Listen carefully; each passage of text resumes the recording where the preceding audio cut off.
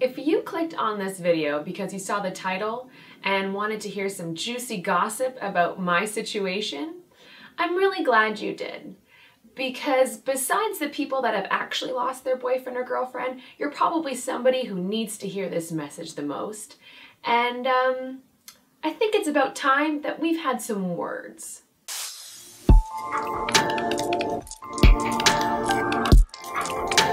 When someone who is old or sick passes, no one really questions those reasons why. No one's gonna show up to your grandmother's funeral and be like, so was it actually old age, girl? Because I'm hearing something different. No one's gonna do that to you. No one's gonna question those reasons why. But when someone who is young passes and they pass very suddenly and unexpectedly, the rumors really begin to fly. And unfortunately, I got to witness that one firsthand. Michael was 2 months into his 29th year of life when he passed, and he passed very suddenly and unexpectedly in a horrible accident. And maybe one day I'll share that story, but for right now, that's as much as I'm gonna say. I remember somebody coming over to visit and they sat on my bed the day that it happened, and they had their phone out and they looked at me at one point and said, "Hey, I just got a message from so-and-so saying it was suicide. It wasn't that, right?" Well, I remember feeling my anger go through the roof. I just remember thinking, are you kidding me right now? Really? This is the type of I get to deal with right now? My love just died. I gotta answer this question? Nice, great, thanks for that. And I remember looking at them and saying, no. And you can tell whoever that is, they can right off.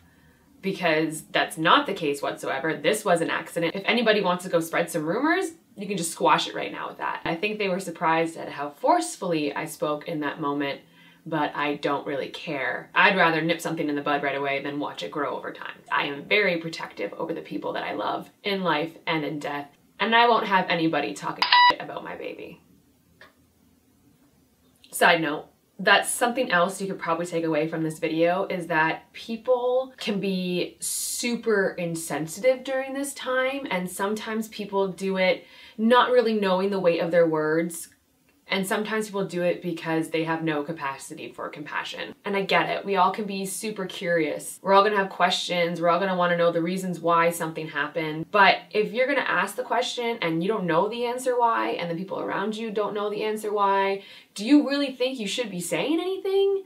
Do you really think you should just be making up an answer? Because curiosity turns to speculation, and speculation over many rounds of a lovely little game called telephone somehow becomes fact. Bottom line though, words hurt. And whether you knew the person or not, you should be really careful about what you say about someone who had passed and how someone passed. And that includes social media, and that includes the comments that you choose to write on online newspaper articles. Because I will tell you, I heard some after Michael passed, and a year later I was still hearing some and I really couldn't understand that, because I really couldn't understand how bringing up these rumors, how could that actually help? How? Was there really nothing else y'all could have been talking about? Was there really nothing else that could have been said that night instead? He's gone. So what good are these rumors serving? Because I think, correct me if I'm wrong, but I think my grief trumps your thrill for gossip every single time. I really envy you people that get to say what you want without even a second thought. I envy you that you will never have to experience this type of loss. I envy you that you will never experience what it's like to lose the person that you were building a life with. And I envy you that you'll never have to go through that, while at the same time hearing some dumb rumors people are choosing to say. If you have ever been a part of spreading a rumor, you should really be ashamed of yourselves. And I don't care who you heard it from. I don't care about your excuses. Maybe you heard it and you didn't spread it, but did you do anything to stop it? Here's a little tip to decipher whether or not something should continue to spread.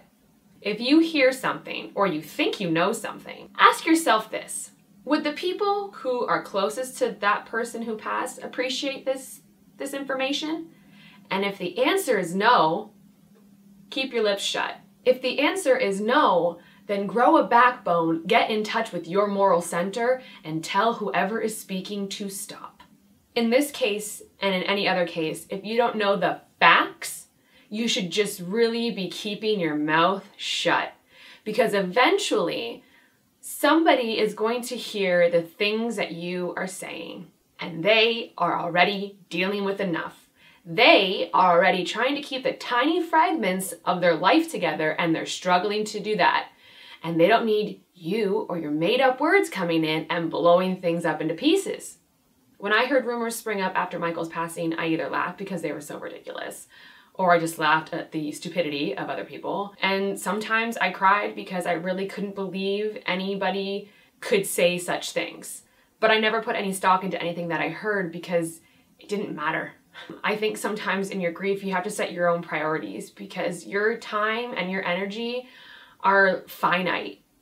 You really have to pick and choose where you're placing your time and where you're placing your energy, because you don't have a lot of it right now. Your batteries drain super quickly and they charge super slowly, and when you're grieving, that battery will never reach 100%. Maybe 5, 10, 25 on a good day, but you'll never hit that 100% mark, not for a very long time. So you have to pick and choose where you're putting your energy, because you don't have a lot of it right now. Like I said in my last video, I barely had the energy to shower. So do you really think I was going to figure out who said what to get to the bottom of all these rumors? Absolutely not.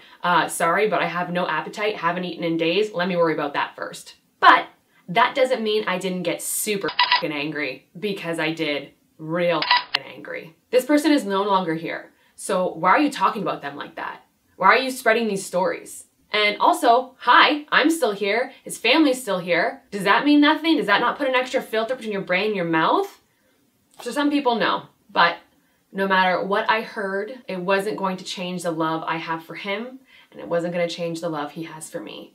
And again, I'm talking in the present tense because love is eternal. And if your father or mother or sibling passed, are you going to stop having love for that person because they're no longer physically here? Absolutely not. That love just changes, and it shows in different ways now that they're past.